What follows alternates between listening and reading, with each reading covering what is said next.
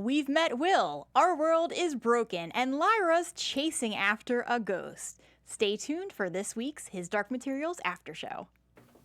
I'm Maria Menounos, and you're tuned in to AfterBuzz TV, the ESPN of TV talk. Now, let the buzz begin. Hey everybody, I'm Rachel Goodman, and I'm here to discuss the His Dark Materials After Show. With me, I've got fellow Philadelphian Vito. Hello, everybody. Good to be here. And sci-fi fanatic Halle. What up, everybody? What an episode. So we all watch this before we do the show, and the three of us were all kind of teary-eyed. It was crazy. Oh, man. Man, your opening lines, we're looking for a ghost. Oh. Yeah. Oh, man. So Baby. Vito, what were your overall thoughts? Oh, honestly, every episode surprises me again and again with how into the show I'm getting. I don't think I've watched a show ever before where I felt so with the characters. I just have loved every single episode of the show that I watch, and this is no exception. Yeah, and they've done a really brilliant job with the actors and the actresses and just the storytelling of pulling us all in.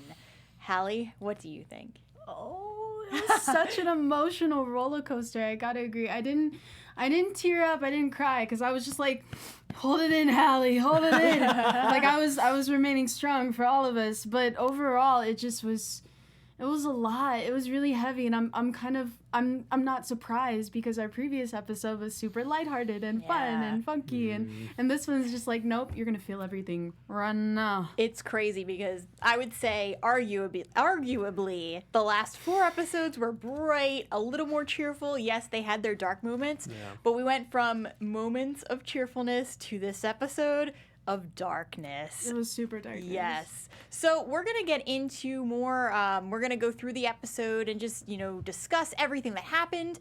Stay tuned until the end, though, because we have our page to screen segment, our news, and our predictions, which we'll do at the very end. And when we get to page to screen, I will let you guys know so that anyone who has not read the books can just kind of tune out for a couple of minutes while I spoil everything.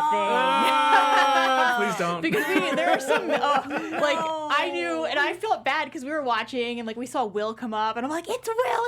And I was like, who's that? I was like, why did I feel like I'm watching Harry Potter right now? Yeah. Crazy though. Yeah. All right. So also, if you guys have any questions or comments, you can talk to us down in the chat. I'll be looking right at the screen, or make sure to leave comments down in the iTunes reviews or stuff like that. Just saying. We'll get to that later. Speaking of comments, we have had a bunch in our video. So thank you guys for participating. Yeah. It is amazing. I can't read all of the comments, but I picked the top 3. So we have Dorothy Banks. I love Hester this episode, the rabbit. How she was his voice of reason. Yes. Me too. Hester's one of my favorites. Love Lynn, love Hester. Thank God. Philip Poe says, I relate to the bear. Come at me, bruh. With a smiley face. Yes. I love it. It's like, come at me, bro. But which bear, though? Are we talking York bear? Or which one? There were 2. But I guess you're you right. can tell us in the comments, or if you're listening live, Could let be us King know. Bear. We've got one more comment, and I found this one really amusing. John Ofta Jacobson, and I am so sorry if I butchered your name there. Mr. Sisselman is the funniest character as a Norwegian viewer. Sisselman is an old title meaning governor/overseer, and fun fact, the term is still used for the public office and chairman of Svalbard. So when the character is named Mr. Sisselman, it is the same as somebody being called Mrs. Police or Mr. Mailman. Wow. That is incredible. Side note, the set of Trollesund was excellent. From props to signs and costumes and the general vibe of the town, just spot on. Yo, That these is really subtleties are incredible. Robert Pullman. Seriously. Pullman did it for us. Seriously. Pullman's still doing it for us. Yes. And he, I'm just going to say this. I said Robert, I meant Philip, by the way. Yeah, I knew what you meant. I did too. As somebody who has read the books, I feel like this show has been pretty faithful. Yes, there are differences, and yes, this whole thing with Will, he was, we'll get into it a little more, but we are seeing him much earlier than in the books. As has been pattern, as you've said. Yes. So let's talk about him first, because I did not expect to see him, but we did, and I felt like it was very much needed. I agree with that, and not only that, I thought it was a really good time to introduce a character. Even though we've only got 3 episodes left, this is kind of the connection to the real world that I was hoping for. It's obvious that his father was the one who potentially crossed over a bunch of times. I also thought the portrayal of his mother was super interesting, but I'm sure we'll get to that. But him alone, I love the kind of character that they're making immediately of this kid that really cares about his mom, that like just kind of wants to get through, and like he'll do anything to defend his name and his mother. He's got a good heart, and I can feel that already, and I like that. The interesting thing about this is, if I was not watching his Dark Materials and I had just seen that like part of this show and was just introduced to Will, it feels like our world. It's very realistic. I would probably assume that his mother was kind of, had some issues, and that that no one was watching her. It's only this introduction of Boreal to the world that makes it clear that she's being watched.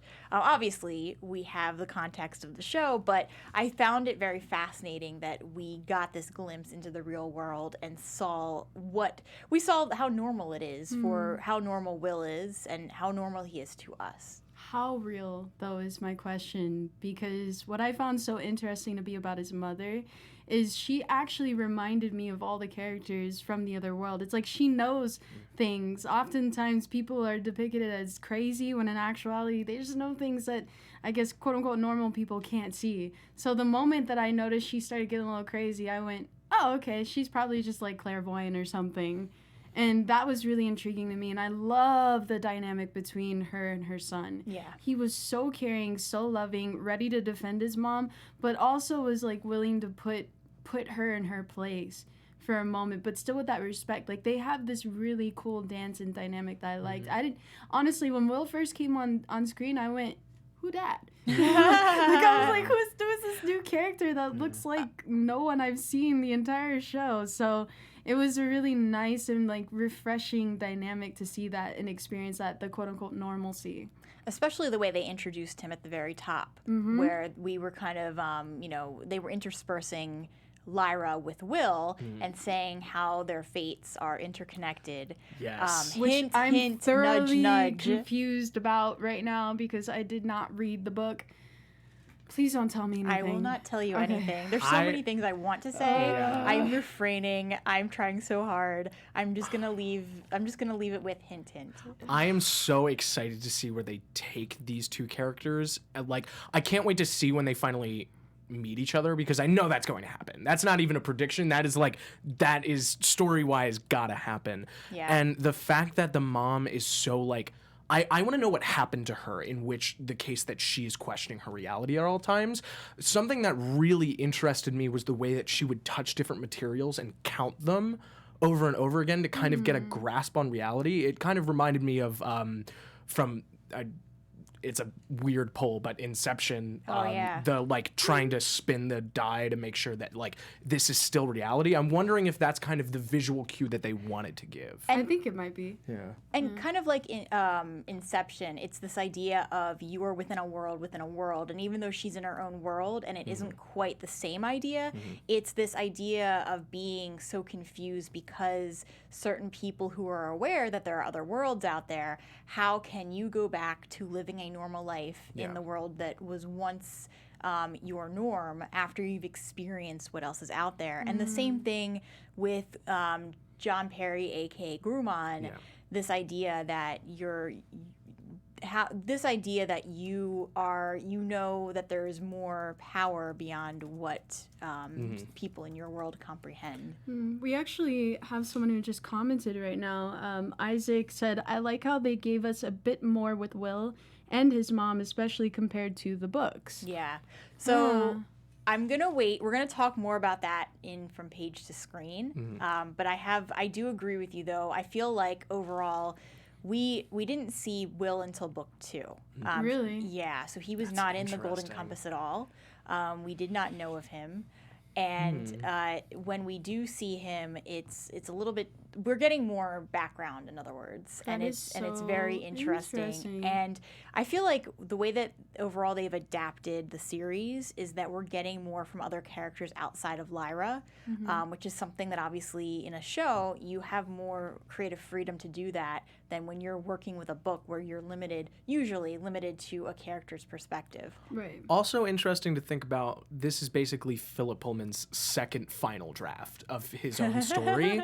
So I can only imagine as a creator how amazing that must be to have put out this book, this amazing book series that so many people love, and then be able to look back at it and be like, okay, now where can I make this better? Because obviously it's working. Yeah. Obviously whatever he is doing for both book readers and non-book readers of the Golden Compass series alike, this is working super well. Yeah. And that thrills me because I love hearing that people are enjoying this series, because so many times when books get adapted to TV series, it doesn't often go the way that people want it. And we don't know that yet, that it's going to end up well. I mean, HBO kind of has a rocky history with book adaptation endings, but Yikes.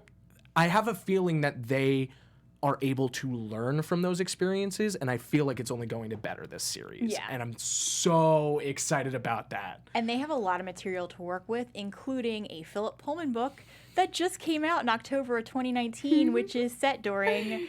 Oh, I'm sorry. This is kind of a spoiler. So It's totally a spoiler. Okay, I won't say it. I'll just say that he has a book that is still set in the world that just came out. Thank you. He has a lot of material. Rachel Say told no me more, this, Rachel. and I audibly, like, she can just attune for it. I audibly like, Yeah, and Vito, I find it so ironic that you decided to bring all that stuff up about the adaptation in the book and what people think, because we're actually going to be talking about that in news today. There's been some updates on that. ooh. I know. I'm really interested. I don't know the news that you brought today, Oh, I so know I'm really you don't, excited. so we're going in. So let's get back to Will, and then we'll move on and talk more about Lyra and what she found on today's episode. Or who she found. Who she found, yes, I'm sorry. Okay.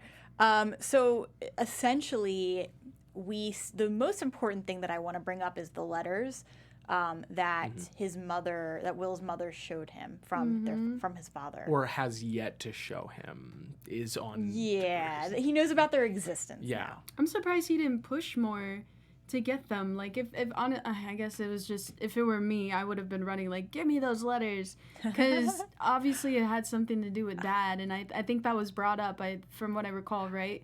Yeah. And I would have been like, oh no, you better hand these over right here, like that. I don't know, it was kind of surprising, but I also loved it because it showed once again how much respect that he has for his mother despite the state that she's in, because most people, they would treat that as a cause of fragility and would just take over the scene, but you can still see the dynamic of mother and son, which also makes me think too that in some sort of way he knows what she knows intrinsically, that she's not actually crazy, but she knows about the other worlds. And maybe he's afraid to open up a can of worms. Maybe that's Right. we could almost see that on the screen when he made the decision, when she was like, yeah, you can read them. He was like, actually better not. Right, he backed off. Yeah. Something was really, really interesting about that. I went, But when what's Boreal happening? comes into the house, that's all gonna open on its own. That Pandora's box is coming wide open. Here we go. And I feel like with Will, I mean, the thing that we did not see is what the dynamic was like when his father was still in the picture. We know he's been gone for 13 years.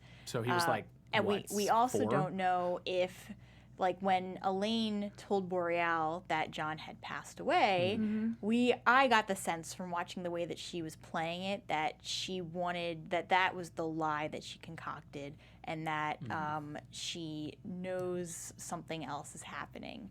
And that Will might have more of an idea too, but he chooses to ignore it, kind of like what you guys were saying, where he just doesn't want to even face what the reality could be. And I think that has something to do with his father, because his father's not in the picture. Maybe he already knows whether his father... Did they say whether his father was killed or just was disappeared, like not in the picture? Because I didn't remember that part either. Elaine told Boreal that her He passed husband away, had but- passed away. They had never found the body, and that it was while he was on an expedition in Alaska. Right, but does Will know that narrative is what I was thinking in my head when I heard that, because there's some really deep disconnect when it comes to the conversation of where is dad. Yeah. I feel like that's the narrative he's been told. And I don't think he believes it, but Yeah. I think he knows something deep down, but he's just not.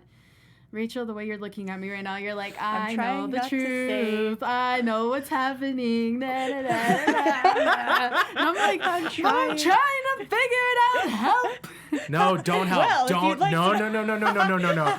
Don't I help. won't do that. We have the rest of this season to Just get look through. away. Just look No. away. 3 more can't. episodes. But I don't know if she necessarily knows what's happened to him at this point, because I also think she's kind of at this point where she expected people to come after their family and doesn't really know what from there. Yeah. I'm sure they discussed it before he left, and he was like, I might be back, I might not.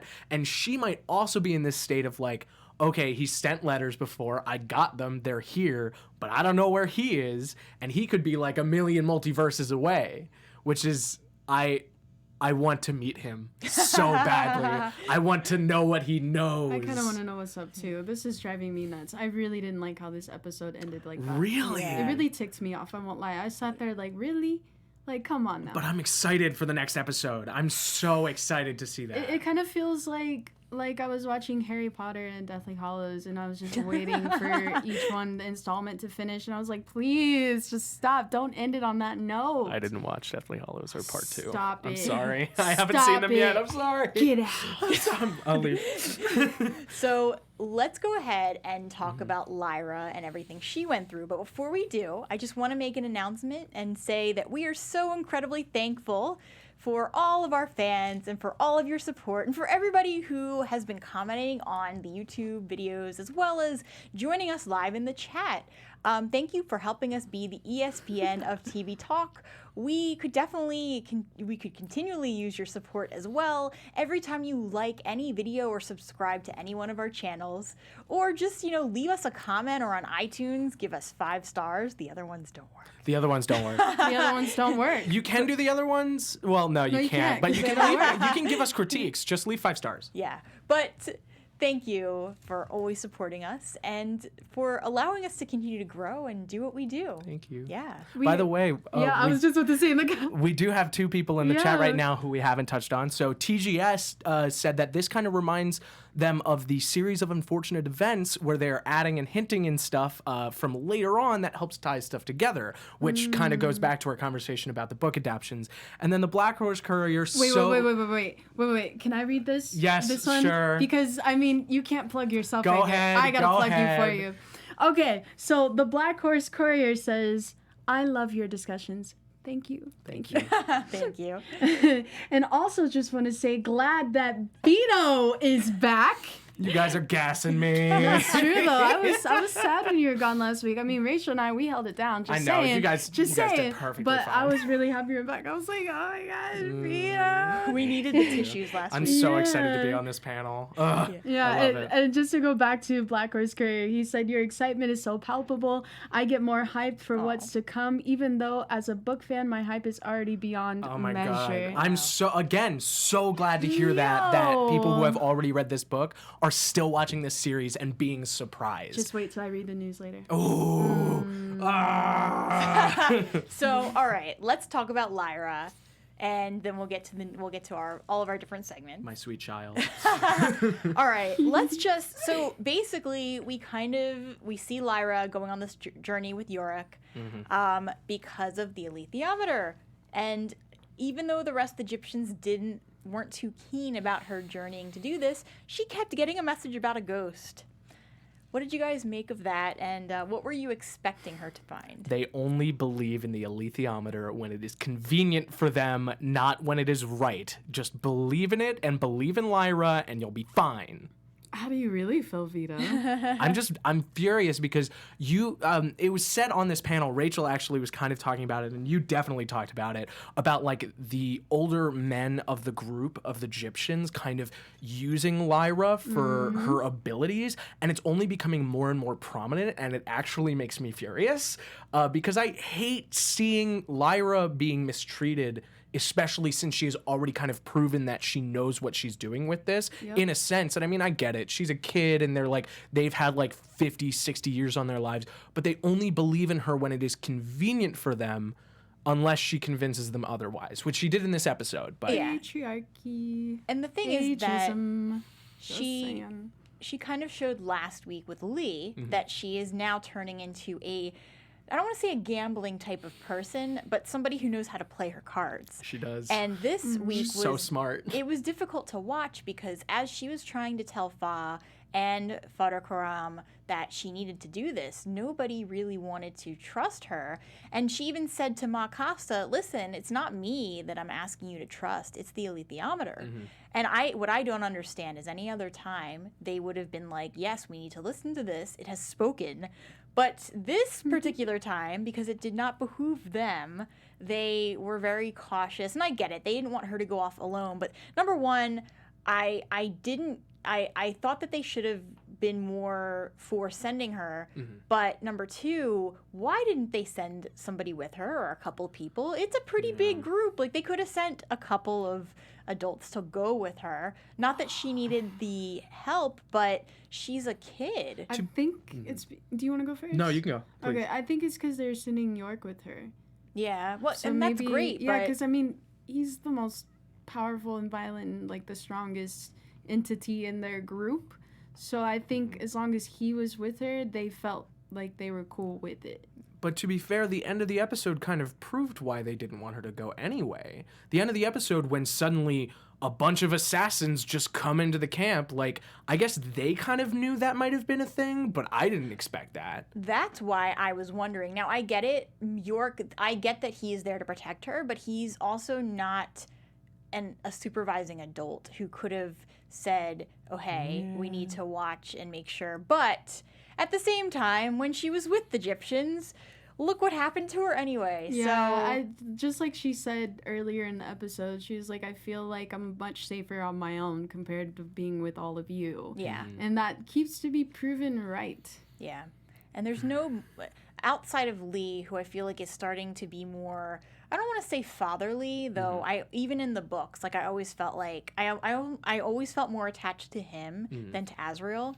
I can understand and why. And so I feel like when I watch her with with the adults, obviously Father Karam is very like nurturing toward her, but I feel like Lee, if nobody else was gonna go, I feel like maybe he should have gone, but at the same time they need his expertise there, and it would have slowed Lyra down because I'm assuming that York isn't gonna isn't gonna be able to carry an adult. He's a big bear, Yeah. but I mean, I was studying the way that he was like, I mean, they did an excellent job with the CGI with the bear, but like the way that the back of the bear kind of raises up, like when he's running, he was right. He's not a horse. Yeah. He can't carry a lot of people, and Lyra is tiny. Yeah, exactly. yeah, so it works out. I think she was fine without anyone. Yeah.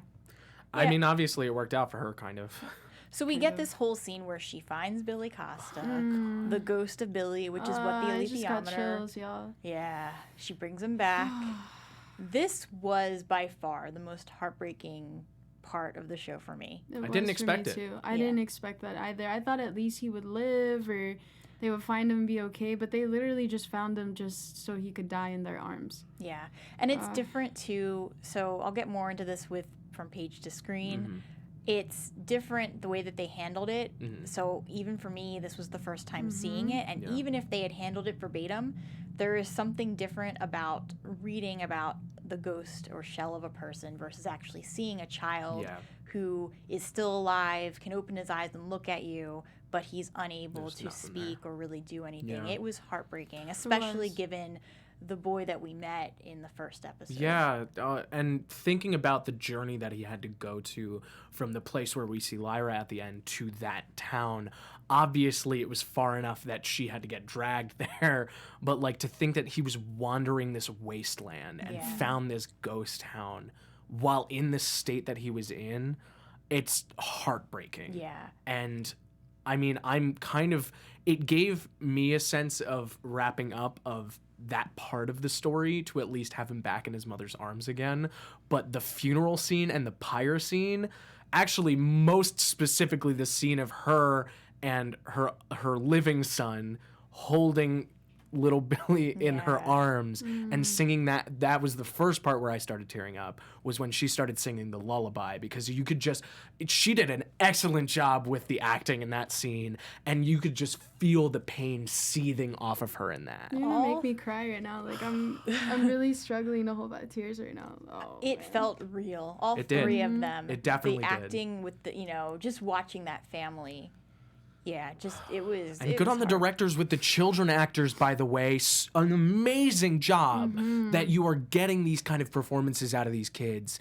And I noticed it throughout the whole episode this time. Every time where I saw somebody under the age of 18 acting, it never felt like it was fake. There It was a always good felt consistency around it. absolutely I agree with you. Yeah. so genuine. Yeah. And the pyre scene with the song, that was the second time that I like really teared up, was when the like group started singing, but it like sparked that fire in their hearts that's gonna start that war later. Yeah. And while I'm dreading it, I'm also looking forward to it a lot. And we get Makasa saying they need to kill. That was her first time getting super aggressive. She's been mostly just soft and like. I want my son. Yeah, she was still saying, I'm gonna go get my son, but not once was she saying, I'm gonna kill these people. Let's start a war. But this time she was all in, and I went, all right, Mom, what's up? So I'm just gonna say too, before we get to the capture and what's happening to Lyra at the end, before we get there, let's talk about another family who lost their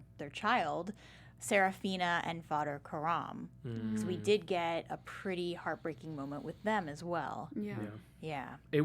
I really liked the design of the witch, first of all. What was her name again? Serafina. Serafina, that's right. I shout out to the makeup artist with the tattoos and everything, Yeah. but I agree that seeing him display that much emotion was so interesting because he's been so stoic. And that, definitely agreed that was heartbreaking. Yeah. Yeah, we actually got a comment in here from Kat. Is it Kate Yes in Love?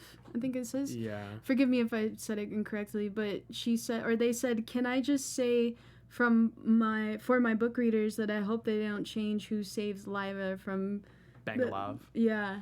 And I don't want to talk anymore about that because I know Rachel knows more about that than we do. Oh gosh. If they finish the Golden Compass by the end of the season, which we're predicting that they will, then I will tell you everything. But for now, Next week's book to screen, maybe. yeah. It's getting they get out. super intense, y'all. Yeah. Like Love it. even in the comments, people are just Yeah. Okay, So okay. the last thing that we're going to talk about, and then we'll get to our segments, is the capture at the end. Okay. And everything going on. First of all, what did you guys... We'll save some of this for predictions. Okay. But what did you guys make of her capture and her concealing her identity as Lizzie?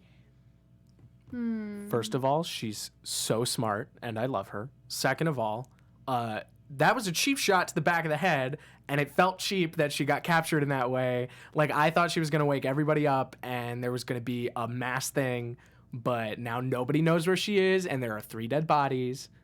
But she's super smart, and she's going to get her way out of it, and I know that. I know that for a fact. I've got something to say about this. Yes. So first off, I think Lyra went in there like a boss. I'm gonna agree with you on that one. Very nonchalant. Like, she didn't even freak out. She didn't let me out of here. And I went, girl, what poker face are you playing right now? Intuition. I'm like, right. I was so into it. I went, okay, let me take some notes just in case I'm ever captured and brought to some secret lair. All right, I'll just play it cool and call myself Lizzie. Yeah, I did notice too that we've seen some, obviously we've seen violence already. I Right. felt like this episode is really where they upped it in terms of people getting killed Yeah. and violence, and okay, now we're over that hump of anything's gonna happen. People will die. I was pretty impressed with the acting. The actress playing Lyra, who we're going to talk about. But I was pretty impressed with her acting and the way that she just very quickly was like, yep, Lizzie Brooks, and she really made it a point to conceal the alethiometer too, because remember they were like, take everything off, and that was my first worry was, are they, what's gonna happen? Did you guys see Pan with her? I saw Pan for a second, and then He turned into a butterfly. Yeah. I saw that too, but I wanted to make sure Pan was still with her throughout the time. I got a little bit anxious just because we found Billy separated, and I went, I hope this doesn't happen. And they picked a really good time to show the capture, considering we know what the stakes are. We know what could happen to her. We know. Right. We also got a hint of, well, I'm going to take a step back because that was from the preview. Okay. But Talk later. we'll talk about that in a little bit. But overall thoughts, anything else you wanted to say about this episode before we move into our segments? I was also so interested from that scene specifically to see what they've kind of manufactured in this and to kind of see that they've done this a lot. And I'm wondering if that is specifically where they're taking the kids or if they already took the kids from everywhere in this area. Because we saw the remnants of... I don't even know what the remnants that they were staying in was. It looked like an airship. Not the base, but I'm talking about where all of the Egyptians were. Yeah. It kind of looked like a town, and then there was the ghost town that Billy was found in. I think where they were staying, the Egyptians, was their own created camp. Yeah, But it's the whole environment looks like everything was just a makeshift that they created in order to store the children and make whatever purposes it was. I don't think they're actual towns either. I mean, I don't think the first one was the ones that the Egyptians stayed in. The one that Billy was found in was definitely a town that was just completely ghosted. so? Yeah, no, it was a fisher's town, and when they walked into it, Lyra was like, where is everybody? But I want to go back and look at what the Egyptians had stayed in, because it was definitely the remnants of something. That wasn't because the towers that they had were so tall, like the things that were surrounding it, they couldn't have put that up in a day. I don't think it was a balloon, but I wonder what it was, because it's obvious that there's a lot that happened in this frozen wasteland, and now there's a lot of nothing except for the people who are stealing children. Yeah. I don't know.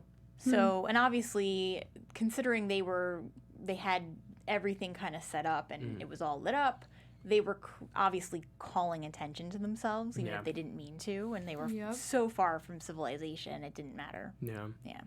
All right, well, let's go ahead. Let's get to our segments. We're going to start with our From Page to Screen.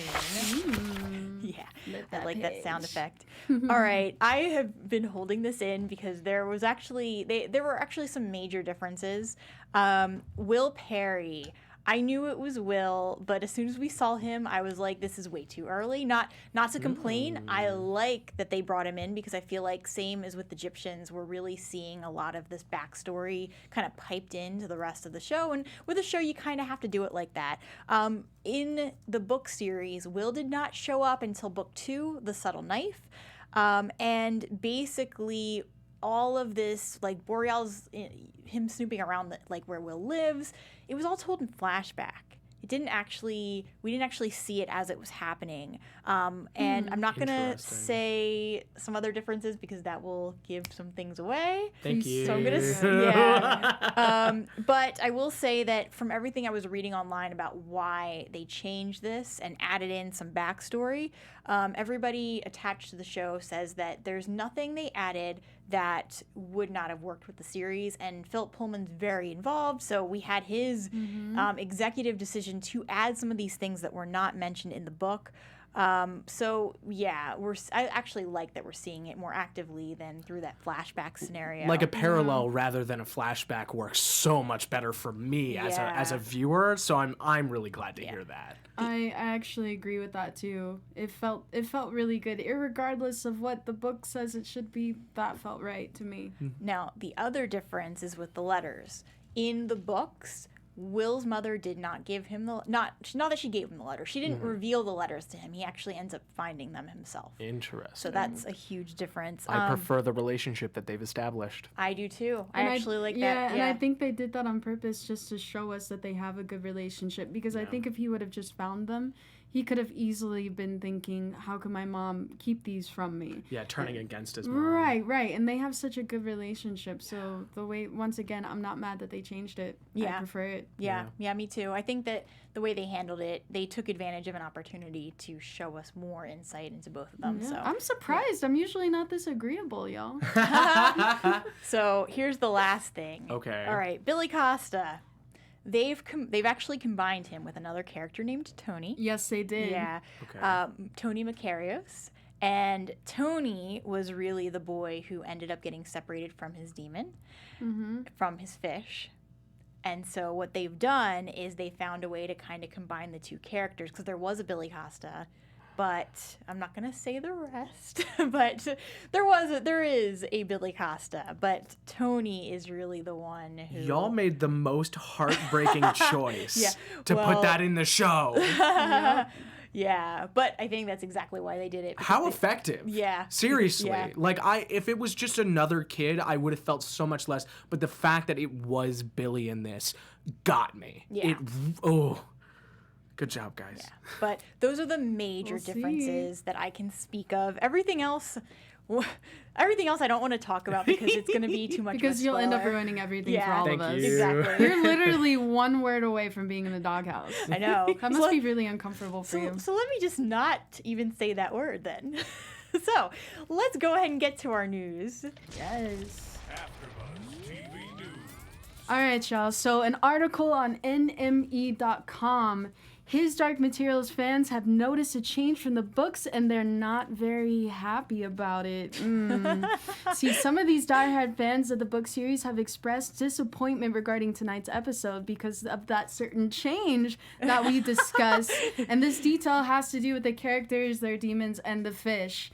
And I don't want to spoil anything regarding the finer details, so I won't get into it now. But one fan did say, I can forgive Tony and Billy for the merging on TV adaptation, but they should have kept the fish. The emotion of the scene was watered down. End quote. Harsh. Disagreed. Harsh. Hold on. I disagree too. But I definitely felt the emotion from that quote, just saying, and you guys can be the judge. Everyone who's listening right now, you be the judge and tell us what you think. Let us know. Yeah, in the comments. Please talk to us. Yeah, and if you want to read further, go to NME.com. All right, moving on. I need something that's just a little bit lighter. Thank God. On a brighter note, I've been doing some digging regarding the cast of these Dark Materials, and guess what I found? What did you find? Tell us. Did you know that we have a legit family affair happening behind the scenes of the show? No way. Yep. Tell us who. All right, so lead character Lyra, played by 13-year-old Daphne Keene, is joined by her father and actor Will Keene on the show. Now, we've seen Will Keene on the show multiple times, and he's already playing the villain character known as Father McPhail. Father McPhail is a figure and enforcer character of the Magisterium. Dun, dun, dun, dun. Now, this isn't the first time, actually, that the Keene family has been seen sharing the screen together. Mom is also an actor. Serious, guys? This is some family goals. Good for them. Yeah, I Yeah. love it. That's and, amazing. And Oh, just they're so a cute. little bit of background too. When they were interviewing Daphne, Daphne talked about how when she was younger, her father was also playing her father for another film, and he was a drug addict who killed her. Whoa. Right. So they have a really, really deep, rich relationship that they can play these characters, and she was almost an infant when that happened. This is making things click together in my mind. I think that I think that his character, the father, and Lyra are probably gonna have something very interesting happening when they meet up. But continue. We'll see. I just think it's so amazing that all these ties are coming together. Because just recently in the last episode, I talked about how McAvoy, his ex-wife, is also on the show playing Ma Acosta. All these parallels are really interesting. And then we brought in characters from Harry Potter. this is a small world we got going on. But that's it for news today, guys. Let us know what you think in the comments. Do these subtle changes, do they really matter to you, or is it okay? Is it not? Let us know, because I'm really interested in finding out. I personally didn't mind, but I heard it made a huge difference. I'm just going to say, so as somebody, I love The Golden Compass. I love the whole book series. I don't mind the changes they've made. You kind of have to. No book out there, like even we were talking about Outlander earlier. Outlander has many moments where the show diverges from the actual book series. So I feel like it's something that kind of has to happen. And they've been pretty faithful. So And they're working with the original authors. So I know that that's not gone in a direction that's been favorable for everything. But it seems that he knows what he's doing. Yeah, this might be one of those moments of let it go. Just saying. So speaking of let it go, let's let it go with our predictions. Oh, that was smooth. What up, Rachel? Predictions. Oh, good. Holly, would you like to go first? Would I like to go first? Yes. All right. So my prediction, I think that the Egyptians, they are going to find the children after much hunting, but I think it's going to take probably Serafina to help them find the children. Like, they're going to connect somehow. Otherwise, I don't see how it happened. Lyra is the one that makes everything happen, and she's no longer present with them. I think that Lyra is going to band everyone together and take them out, and then all of a sudden her mom's going to see her, and it's going to be this really awkward reunion of just tyranny, and people are going to die. I have 4 very short predictions. Oh, gosh. The cat is a demon. The witch will die. Boreal is going to invade the house, and that's going to cause Will's entire world to split open. And Lyra is going to have an army of children. An army of children. An army of children. I'm with that. So that I don't ruin anything, Oh, I'm gosh. going to predict that we are going to see the end of The Golden Compass, the book, by the end of the first season. I'll leave my predictions there. And then season 2, season 3 will be the next 2 books. Hopefully, yeah. I hope so. Well, on that note, I think that we have come to our conclusion for today's wrap-up. For now. Holly, where can everybody find you? My name is Halle Johnson, and you can find me at Pure Halle, Purehalle, Instagram, Facebook, Twitter, YouTube, all the things. And Vito, where can everybody find you? You can find me at Vito Scutti on Twitter and Instagram. That's at VSCUTTI. And I'm Rachel Goodman. You can find me on Twitter at Rach Goodman or on Instagram on my author Instagram at Rachel Radner Author. I'm also on the AfterBuzz Young and the Restless recap show, as well as Man in the High Castle and Ray Donovan on Sundays. Until next week, we will catch you guys later. Our founder, Kevin Undergaro, and me, Maria Menounos, would like to thank you for tuning in to AfterBuzz TV. Remember, we're not just the first, we're the biggest in the world, and we're the only destination for all your favorite TV shows. Whatever you crave, we've got it. So go to AfterBuzzTV.com and check out our lineup. Buzz you later. The views expressed herein are those of the hosts only and do not necessarily reflect the views of AfterBuzz TV or its owners or principals.